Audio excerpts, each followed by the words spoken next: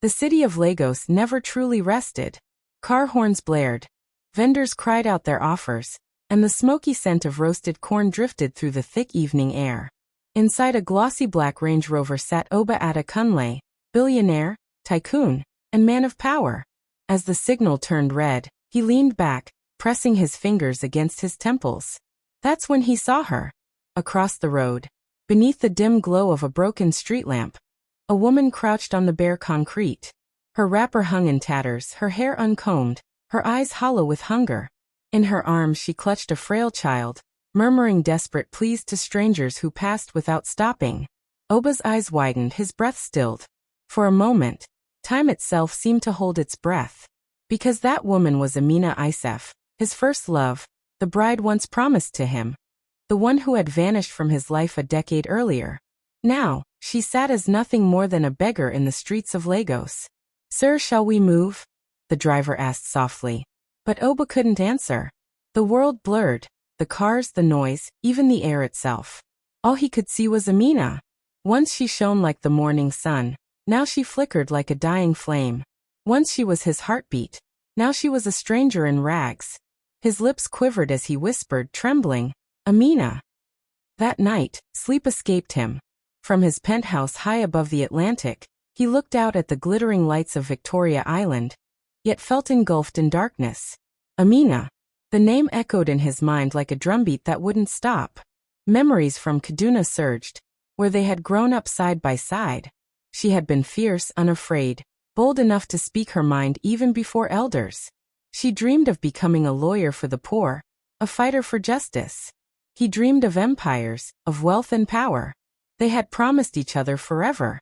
And then she vanished. Rumors spread like smoke. She had left him for a wealthy man. She had chosen riches over love. She had betrayed him. The wound cut deeper than any blade. He buried that pain in ambition, in business, in ruthless pursuit of success. But now seeing her like this, reduced to nothing, shook him to his core. Was it destiny's punishment? Or had the truth always been different? As he poured himself a glass of water, his grandmother's words came back to him. Until the lion tells his story, the tale of the hunt will always glorify the hunter. Without truth, lies ruled. His hand tightened into a fist. I must know Amina. I must know why. But at dawn, his secretary handed him an envelope, delivered by hand. Inside lay a trembling scrawl. Oba, do not look for me. If you do, they will kill you too. His chest tightened. They. Who were they? Suddenly, his empire felt small before the shadow of this mystery. The next evening, he returned to that street corner, but she was gone. Only scattered beggars remained. None knew where she had disappeared. An old woman muttered. That one, she moves like a ghost. Always hiding, always afraid. Frustration seared through him. He ordered his guards to comb the area, but Lagos was vast, merciless, unyielding. Back at the mansion, his eyes fixed again on the note. The letters quivered as though written in fear. He whispered into the silence. Who are they? That night, his phone rang with an unknown number. He answered. Silence stretched. Then a voice cold and sharp broke through. Leave the woman, Oba Adekin. She belongs to the streets now. If you try to save her, you will lose everything. The line went dead. For the first time in years, fear crawled down his spine. But fear turned quickly into fury. Who dares threaten me, he growled. He swore he would uncover the truth. Yet one thought gnawed at him. Why did Amina cradle a child? And why did those eyes look hauntingly familiar? Days later, his men traced Amina to Mushin, a crumbling slum. That night, he went alone, dressed plainly without guards. The alley reeked of smoke and waste, rats darting under scraps of wood. In a shack of rusted tin, lit only by a candle's weak flame, he found her. Amina sat hunched, rocking the child softly. Her weary eyes had lost their glow, but when she sang, her voice carried love, trembling through the air. Oba's chest tightened. He knew that lullaby. She used to hum it back in Kaduna, dreaming of tomorrow. He wanted to step forward, but his legs refused. He only watched. The child stirred, lifting his head. And in that instant, Oba's world shattered. Those eyes sharp, brown, piercing, his own eyes. Oba staggered back, heart hammering. No, it can't be. The thought struck like lightning. Could the boy be his son? The next morning, while his boardroom buzzed with talk of hostile takeovers, Oba's mind was elsewhere, haunted by those eyes. Then came the news. A warehouse burned overnight. Millions lost. Soon after, a trusted manager betrayed him, leaking deals to rivals. Enemies circled like vultures. The warning on the phone had been real. Whoever hunted Amina was after him too. That night, he returned to Mushin, intent on facing her. But the shack was empty. On the wall, scrawled in charcoal, "Do not trust anyone. The truth is closer than you think." Oba's knees weakened. The shadows weren't just chasing Amina. They had entered his empire. Rain pounded Lagos that evening, flooding streets, thunder rolling like war drums. Oba stood at the entrance of an abandoned church in Suralere. His investigator had whispered, "If you want to find her again, wait here tonight." Lightning split the sky, and in its glow he saw her. Amina, cloaked in a faded shawl, child in her arms. She froze when her eyes met his. Her lips parted, trembling. For a long moment, silence reigned. Only the rain spoke. Then in a broken whisper, "Oba, why didn't you heed my note? I told you to stay away." His chest burned. He stepped closer. "Amina, you vanished 10 years ago. Do you think I can walk away again now? I need answers. I need the truth." Her shoulders slumped, tears mixing with the rain. "I left because if I had stayed, they would have killed you." "Who?" Oba pressed. Before she could answer, the child coughed weakly. Oba's gaze fell once more on those eyes. His chest tightened. "Is he?" Oba whispered, voice trembling. "Is he my son?" Amina gasped, clutching the boy tighter. "Oba, not here. Please. They are watching." Through rain-soaked alleys, she led him to a hidden courtyard.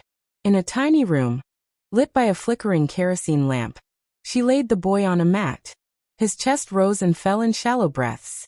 Oba knelt beside him, panic rising. "He's sick. He needs a hospital." But Amina shook her head violently. "No. If we step outside, they'll track us down. I won't take that chance." Oba slammed his fist against the floor. "Who are they?" Her voice cracked. "Men dressed in silk by day, but drenched in blood by night. They're the ones who destroyed my family. They're powerful, Amina. And what they want is the boy." Oba's veins froze. "The boy? What?" Amina's lips quivered. She turned her face away, refusing to speak. Before Oba could demand an answer, gunfire shattered the night. Bullets rattled against the walls. Amina screamed, clutching her child. Oba snatched up a splintered stool, his only weapon. "Down," he barked. Dark figures swarmed outside the window, weapons glinting in the shadows. "They've found us," Amina whispered. Oba kicked open the back door. Rain whipped his face as he dragged Amina and the boy into the storm. Shouts rang out behind them. Bullets sliced the air. One tore into a tin wall, igniting spilled kerosene. Flames exploded across the courtyard, smoke curling into the sky. Oba lifted the boy into his arms while Amina stumbled at his side. They tore through the twisting alleys, each darker than the last. Finally, they burst onto the main road. A Range Rover screeched to a stop. "Get in!" Oba roared. They dove inside as bullets shattered the rear glass. The SUV roared away, leaving fire and chaos in its wake. Amina clutched her son, sobbing. Oba's grip tightened on the wheel, his voice hard with fury. "No more running, Amina. Tomorrow you tell me everything." Her eyes, haunted, longing, met his. "Oba, once you know, your life will never be the same." Within the safety of Oba's estate, the storm finally eased. The boy drifted to sleep in a warm bed. Oba and Amina sat in silence. 10 years of unspoken words pressed at their throats. At last, Amina broke. "The night I vanished, Oba, I didn't betray you. I was taken." Oba's eyes widened. "Taken?" She nodded. "My father's enemies came. They said if I stayed with you, they'd kill you and everyone you loved. I begged. But they showed me graves, guns, blood. I had no choice. I left to save you." Tears streaked Oba's face. "All these years I hated you. I thought you left me for wealth." Amina sobbed. "I carried that burden alone. But the child, I couldn't let them harm him." Oba's chest seized. The child? Then it's true. He's mine. She met his gaze, silent, undeniable. Oba's fists trembled. His empire, his pride, his fortune, none of it mattered. He had a son. But before the revelation could settle, the estate alarm screamed. The boy cried out from his room. Shadows shifted in the corridor. They've found us again, Oba growled, seizing Amina's hand. He stormed into the hallway, ready to strike. But the intruders weren't masked killers. They were his own guards. Men he had trusted for years. Stand aside, sir, one said coldly. We're here for the boy. Oba's rage boiled. Traitors. The guard sneered. Money outweighs loyalty. You of all people should know that, billionaire. Oba lunged, flooring the first man, but another slammed him down. Amina shrieked as two guards wrenched the boy from his bed. Oba, she cried. He struggled, fury blazing. Don't touch him. He's my son. The men laughed. Your son is worth more than you realize. To them he's the key. Before Oba could rise, they disappeared into the night with the child. Amina collapsed, wailing. Oba's fists bled against the floor. His empire had been breached. His son stolen. And in that moment he saw the truth. The danger was never outside. It was within. Oba stood, chest heaving, knuckles raw. His blood, his air was gone. Amina lay broken on the floor. It's happening again. I can't lose him too. Oba knelt, gripping her shoulders. We won't lose him. I swear by the gods of our fathers, I'll bring him back. Yet inside, guilt and rage tore him apart. All the wealth and walls he'd built had failed. His fortress had fallen from the inside. He rose and roared to the loyal few left. Scour every street in Lagos. Find the traitors, or bring me their heads. But even he knew brute force alone would fail. This enemy is deeper, sharper, Amina whispered. They took him for a reason. They won't kill him yet. But if we delay... Her voice broke into silence. Oba clenched his jaw, his grandmother's words echoing like a drumbeat. When roots grow deep, the storm cannot tear them down. I'll find the roots of this evil, he whispered. And I'll rip them out. By morning, Oba summoned his most trusted ally. Chief Belogon, elder statesman and longtime partner. Chief, Oba said, voice low. They've taken my son. The old man's brow furrowed. Who would dare such madness? That's what I must discover. The men who took him, they spoke of wealth, of power. They said the boy is the key. What does that mean? For a brief moment, Belogon's gaze flickered. A shadow crossed his face. Then he sighed heavily. Oba, enemies surround you. Perhaps the boy is leverage, nothing more. Oba studied him. Belogon had been family for years, but doubt crept in. Still he nodded. Then help me, Chief. Use your network. We must find him before it's too late. Belogon placed a hand on his shoulder. Of course, my son. Of course. But as Oba turned, he missed the glint in the elder's eyes, one that hid dangerous secrets. That night, Oba and Amina hid in a safe house on Lagos's edge.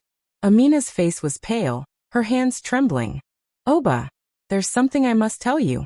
About our son. Oba leaned in, heart pounding. What is it? She hesitated, clutching her wrapper. When I disappeared 10 years ago, I was already carrying him. I gave birth in hiding. But when they discovered the truth, that he was yours, they said he carried more than your blood. Oba frowned. What do you mean? Her eyes brimmed with dread. Your late father left behind a secret inheritance, land, titles, wealth beyond even your empire. But he locked it under ancient law. It can only pass to your firstborn son. Oba froze, hands trembling. My father, he never told me. Amina nodded. They want your son because through him, they can seize everything your father left. He isn't just a child, Oba. He's the key to power itself. Oba's chest tightened. So the rumors were true. His son was worth more than gold, more dangerous than oil. And the enemy would stop at nothing. The next day, Oba's phone buzzed. A video flickered to life. His son, bound to a chair, guarded by armed men. A deep voice growled. If you want him alive, surrender your empire. Sign it over to us.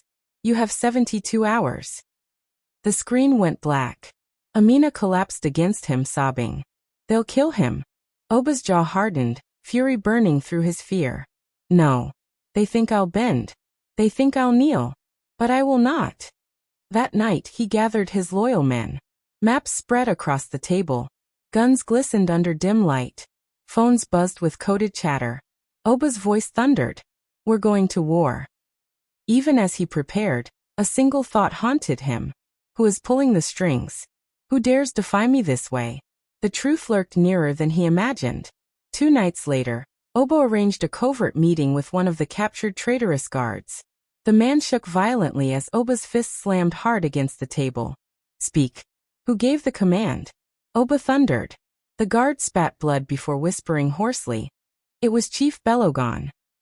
Oba stumbled back, his face etched with shock. No. He is like a father to me. But the guard only gave a bitter laugh. Even fathers betray. He wants the inheritance. The boy is his key. Oba's stomach knotted. The man he trusted above all, the mentor who had guided his rise, was the one orchestrating his fall. Rage surged through his veins like fire. Forgiveness was impossible. Mercy would not come. Then Belogon, Oba growled. You have declared war on me and my blood. Far away in a shadowed mansion, Chief Belogon poured himself a calabash of palm wine, a cold smile on his lips. In the next room, the boy slept, guarded by men armed with rifles. Soon, Belogon muttered, everything belonging to the Atakunal dynasty will be mine. The night air in Lagos was thick with unease. Inside the safe house, Oba's men gathered around a table cluttered with blueprints, radios, and weapons. Oba stood at the head, his tone calm yet razor-sharp. Chief Belogon holds my son. He believes I will bend. He believes he owns me. Tonight we end this. His soldiers nodded grimly, loyalty burning in their eyes. Many had been with him since the beginning of his empire. At his side stood Amina, pale but resolute. I'm coming with you. He is my child too.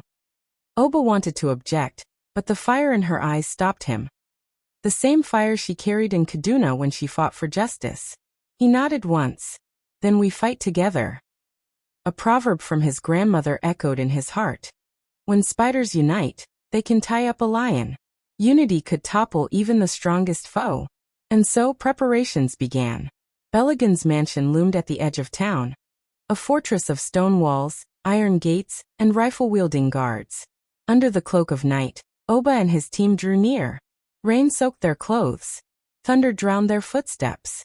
Positions. Oba whispered into his radio. Snipers scaled rooftops. Cameras down.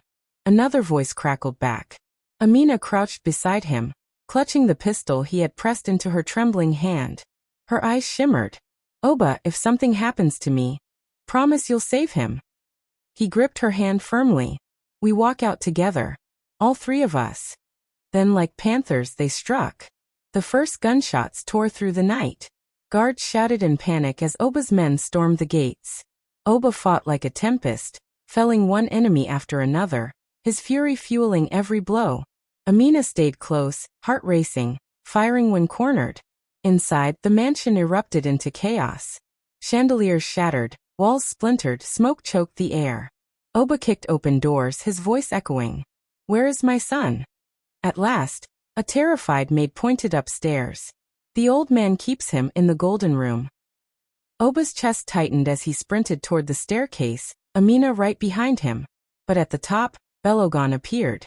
Dressed in flowing white agbada, flanked by armed men, he looked more king than criminal. Oba Atakan, he sneered. You sneak into my house like a common thief. Have you forgotten who raised you? Oba's eyes blazed. You raised me only to betray me. Belogon's laugh was low and cruel. Everything you have you owe to me. And soon, everything you own will belong to my son. Oba froze. Your son? Belogon's grin spread wider. Yes. Did you think you alone could father an heir? My son will inherit beside yours. But unlike you, he will not defy me. Together they will rule, under my name. Amina gasped. Oba's fury exploded like fire. Over my dead body,